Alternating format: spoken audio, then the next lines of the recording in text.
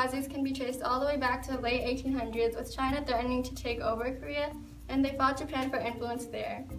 A Japanese victory led to growing influence in Korea after the Russo-Japanese War, so they formally annexed Korea there and started imperializing. However, fast forwarding to 1945, Japanese faced defeat in World War II and lost their possessions. This resulted in the division of Korea at the 38th parallel. The USSR sent troops to Japanese-occupied North Korea, and the US sent troops to the south. There were outbreaks of war due to communist aggression, and also China was threatened by a UN presence in the south. With the division of the 38th parallel, the North turned to communism and threatened the South. This division was intended to be temporary, but the onset of the USSR and US's Cold War led to the establishment of separate governments. The UN decided free elections would be held, and Syngman Rhee was elected president of the South and Kim Il-sung for the North. The immediate cause of this war was when Syngman Rhee threatened to attack the North, so Kim Il-sung traveled to Moscow to secure Stalin's support to unify Korea under his authority. In June 1950, the North invaded the South, triggering the so-called Forgotten War. However, this war is not so forgotten because this conflict still happens to this day. The U.S. went to war because of the Truman Doctrine of 1947. This basically said that they provide political, military, and economic assistance to nations threatened. Also, there was the containment policy, which said that the U.S. would prevent the spread of communism.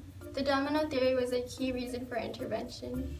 The USSR wanted to expand communism and prevent Mao Zedong from establishing relations with the U.S. In June 25, 1950, we see that the North immediately invades the South. This is because the South was given permission by the Soviet Union to attack. Now, the reason the North attacked is because the South was constantly threatening the North.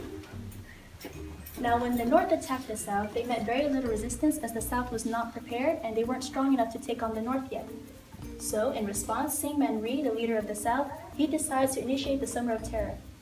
He sends out his military and special forces to take political opponents as prisoners.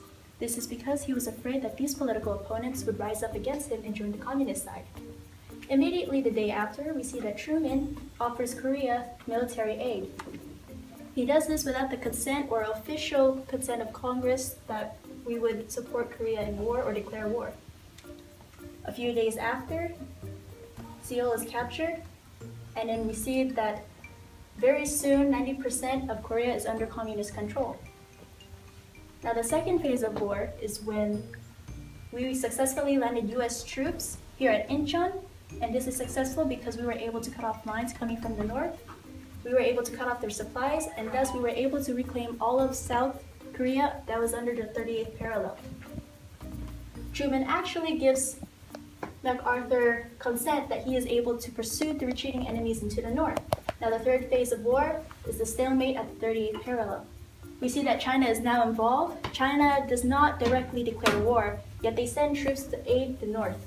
This is because China was afraid that if the US won, since we were advancing so far up into the north, they were afraid that soon after we would also take over China. Now there were peace talks that were proposed in February 1951. However, this would take 2 years to negotiate, and we did not have enough time or troops or materials to support the war. MacArthur, who was frustrated with the limited war, he actually threatens China, saying that if they don't back out, we would declare war against them. Now Truman was unhappy with this because we were already in war with Korea. We do not want to involve China. Therefore, Truman fires him and replaces him with Matthew Ridgway. Now fighting continues until July 25, 1953, when an armistice was signed. There is no declaration of a formal peace agreement. We've only ceased to fire arms. Ceasefire. There you go, ceasefire. And now it's time for Mystery Document. I was drafted during the Korean War. None of us wanted to go. It was only a couple of years after World War II had ended. We said, wait a sec, didn't we just get through with that? I wonder who this could be. Charisma? Could he be an actor? Perhaps. Clint Eastwood! And there we have it. Our mystery document is from Clint Eastwood sharing his feelings or his thoughts about the Korean War back in the 1950s. In the US, the war was mostly referred to as a police action and not an actual war. It had only been 5 years after World War II, and people were sick and tired of sacrificing their loved ones and needed materials to fight unnecessary wars. The only Americans who cared about the war were the ones who had family members overseas. Media showed magazine headlines such as "Why are we fighting in Korea?" and U.S. presence was questioned and made it even more unpopular. In 1951, President Truman and military commanders started peace talks at Panmunjom, a town between the two opposing lines. They talked about the disagreements on where to place the border line between the North and the South and debated about the placement of the prisoners of the war.